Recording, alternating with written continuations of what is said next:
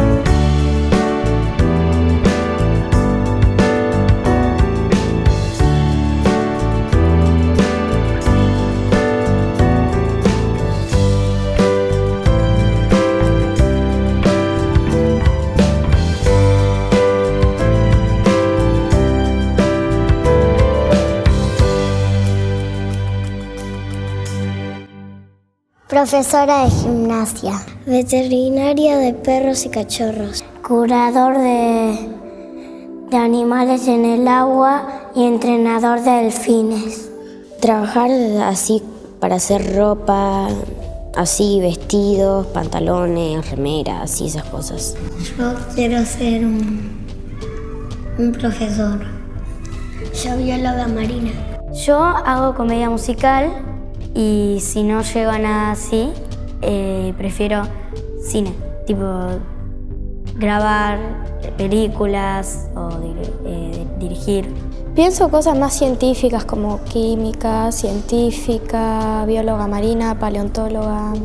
Para mí yo quiero ser azafata, porque me gusta viajar. Yo quisiera ser profesor de computación. Y yo trabajar en la Universidad Tecnológica Nacional. Y también de peces y espadas. Y esperen, ¿ustedes de qué trabajan? Nada que ver con esto, pero me gustaría ser actriz. Yo todavía no sé, pero mis papás me dicen que podría ser muy buena arquitecta. Mi sueño, podríamos decir, es como sería futbolista porque me encanta el fútbol y todo eso. Pero si no consigo hacer eso, sería abogado por mi madre, que es como abogada y tal vez puedo tener un trabajo más fácil y todo eso. Tal vez podría ser como mi mamá también, como dijo mi hermano. O si no, me gustaría hacer algo que sí que tenga que ver con la medicina y todo eso. Me gusta todo ese tema.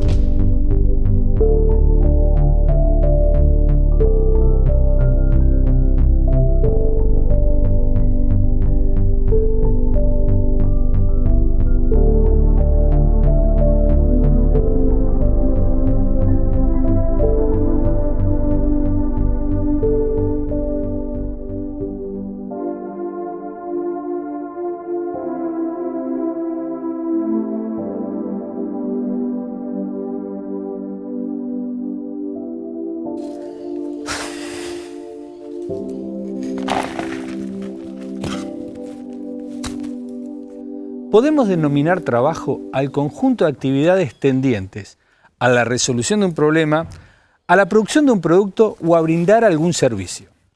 A lo largo de la historia, el trabajo siempre fue más relacionado con la esclavitud. Luego tuvo mucho que ver con la parte agrícola y por último se extendió a todas las actividades humanas. Trabajo y empleo no es la misma cosa.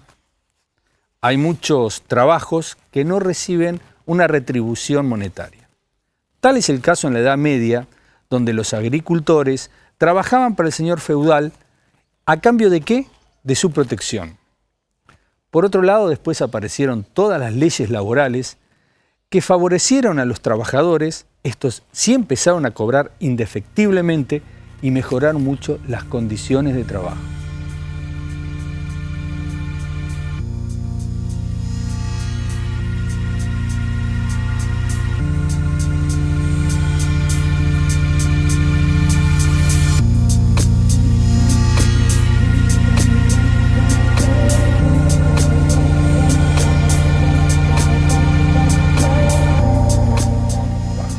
Pero hoy estamos asistiendo a un cambio radical en la forma de hacer el trabajo. En primera instancia, hay actividades que estamos jerarquizando, como son las actividades relacionadas con la salud, la producción de alimentos, la producción de energía, los servicios como el transporte. Pero algo que está cambiando indefectiblemente y quizás mutando para siempre es la forma y los ámbitos donde hacemos el trabajo. Ya no vamos a... Perdón. Sí. Sí. Sí, ahora te lo iba a mandar. Sí, ya lo mando. Bueno, dale. Chau. Perdón, tengo que trabajar.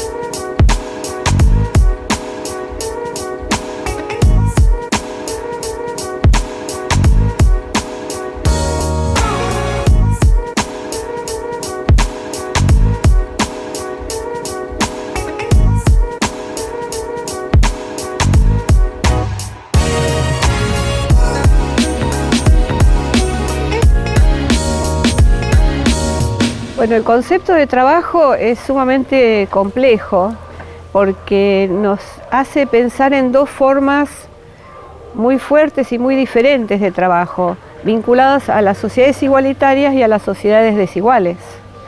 En las igualitarias, que es toda nuestra larga historia, el trabajo es inherente a su forma de vida, en los términos de esa relación con la naturaleza, ir a buscar agua, cazar para comer, ir a buscar leña para el fogón, eso es una forma de trabajo. El concepto de trabajo cambia sustancialmente en la modernidad.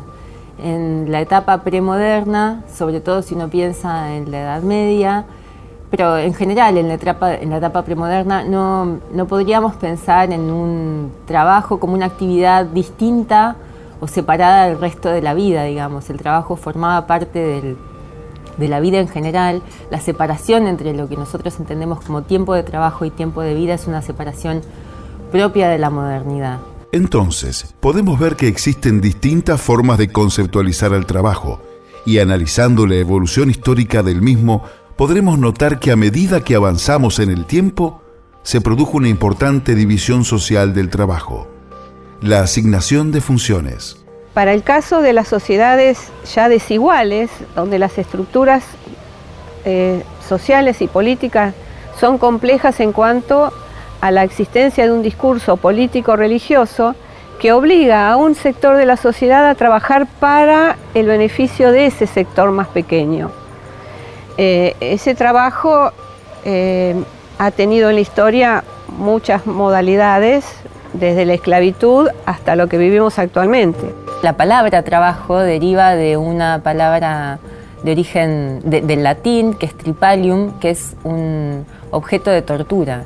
Es decir, inicialmente en distintas sociedades premodernas, en la sociedad antigua, en la sociedad medieval, el trabajo no era una actividad socialmente valorada, sino que era asociada, por ejemplo, en la antigüedad quienes realizaban trabajo, quienes trabajaban eran fundamentalmente los esclavos. Y en el medioevo hay una estructura social dividida en 3 partes o 3 órdenes, el de los que trabajan, el de los que hacen la guerra y el de los que rezan. Entonces, el trabajo estaba asociado a grupos particulares, socialmente poco valorados, y eso es algo que cambia sustancialmente en la modernidad. Más adelante, el trabajo sufre nuevas mutaciones y adquiere nuevas valoraciones. En este sentido, Karl Marx define a la fuerza del trabajo como la mercancía que produce plusvalor.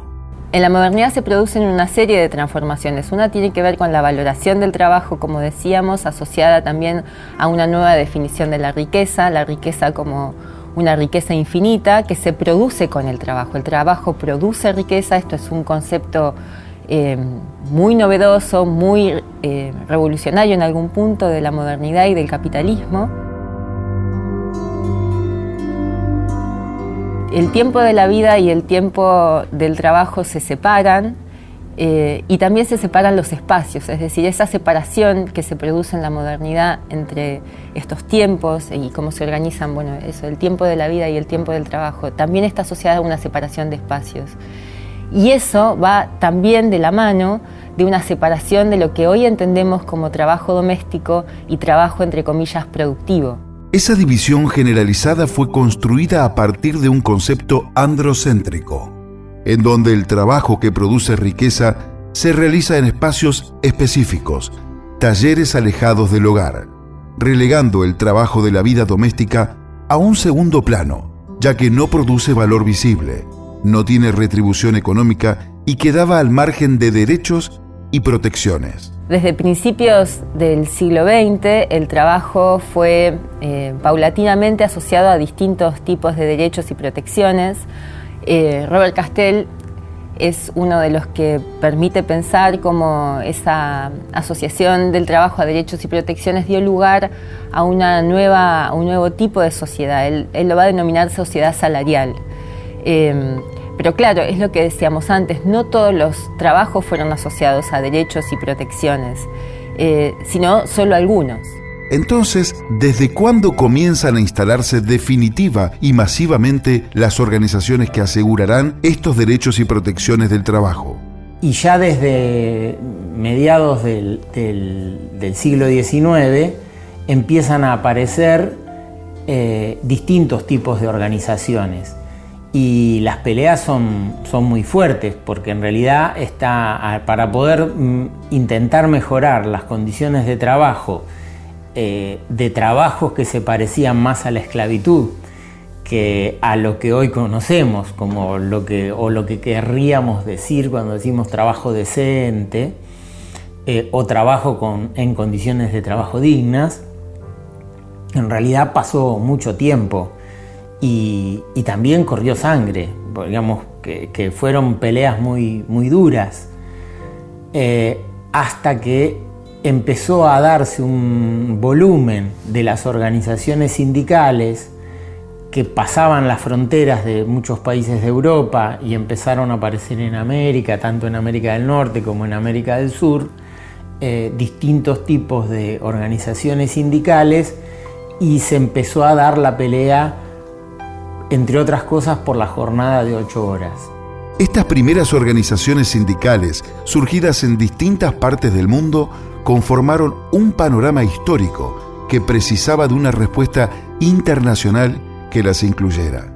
En realidad, a la salida de la Primera Guerra Mundial, lo que empieza a ocurrir es la necesidad de darle contención a esta organización que los sindicatos venían dando, y lo que se busca es contener el cambio de sistema. Es decir, los sindicatos peleaban más, sobre todo los que vienen de origen socialista, comunista, por un cambio de sistema. o sea, para salir del capitalismo y generar un nuevo modelo de organización económica y social. Pero en realidad lo que se termina conformando es una situación de tener en cuenta a todos en una mesa a través de la conformación de la OIT, la Organización Internacional del Trabajo. ¿Cuáles son los objetivos de las organizaciones gremiales y sindicales? En principio, el sindicato tiende a defender los intereses individuales y colectivos de los trabajadores que representa, del sector que representa. Pero también está la defensa de los valores democráticos, la defensa de los valores de los derechos humanos, o sea, de derechos universales en general, pero digamos, en esos casos eso forma parte o debería formar parte de un sindicato. Después están otros aspectos que me parece que son muy importantes de que sean desarrollados por un sindicato, que va en la idea de mejorar las condiciones de trabajo. ADUM representa los intereses individuales y colectivos de los docentes universitarios de la Universidad Nacional de Mar del Plata. ¿Cuál fue su inicio y sobre cuáles objetivos? La agremiación docente universitaria marplatense nació en el año 87 y se formalizó en el 88, en 1988, ADUM. Y bueno, tiene nombre de agremiación, pero en realidad ADUM es un sindicato y en realidad afilia a los docentes de la Universidad Nacional de Mar del Plata desde entonces, y en los objetivos ya del comienzo de ADUM, con claridad estaba fijado por el momento en que se crea, que era un poco después de la recuperación de la democracia. La defensa de los derechos humanos es un tema que a lo largo de su historia se ha mantenido, que no es solo una declamación o un artículo o una cita dentro del estatuto del gremio, sino que en realidad es una política de Estado, se puede decir, desde la propia creación del sindicato. Ante los nuevos desafíos que impone un futuro tan cambiante, ¿cuáles serán los cambios que sufrirá el mundo del trabajo? Estamos ante un escenario de fuertes transformaciones en el mundo del trabajo, pero que no solamente implican al trabajo en sí mismo, sino a los modos de organizar la sociedad. Digamos, el sector industrial era uno de los que más trabajadores ocupaba hacia mediados del siglo XX. Hoy esto ya no es así. El sector que más trabajadores ocupa, trabajadores y trabajadoras, es el de servicios, y en buena medida de servicios personales. Eso cambia la naturaleza del trabajo. El trabajo de servicios implica en la propia relación no solamente al empleador y al trabajador, o a la trabajadora, sino también a quien recibe ese servicio. Entonces eso implica una serie de cosas, como por ejemplo esto que decía el trabajo emocional. El trabajo emocional implica adaptarse, el trabajador y la trabajadora tienen que adaptar lo que hacen a las expectativas de quien recibe ese servicio. Introduce una serie de consideraciones nuevas. Es como un proceso de trabajo diferente, donde es más difícil objetivar el resultado del trabajo en algo que se compra o que se vende. Es una relación lo que se compra y lo que se vende. Entonces ahí las características personales de quien lo realiza se vuelven centrales. Y por esto, estos procesos que tienen que ver con lo que decía, la generización, la racialización, cómo se consideran esos trabajadores y trabajadoras, ocupa un lugar central. Es bien diferente que en otros tiempos, incluso también modernos y capitalistas.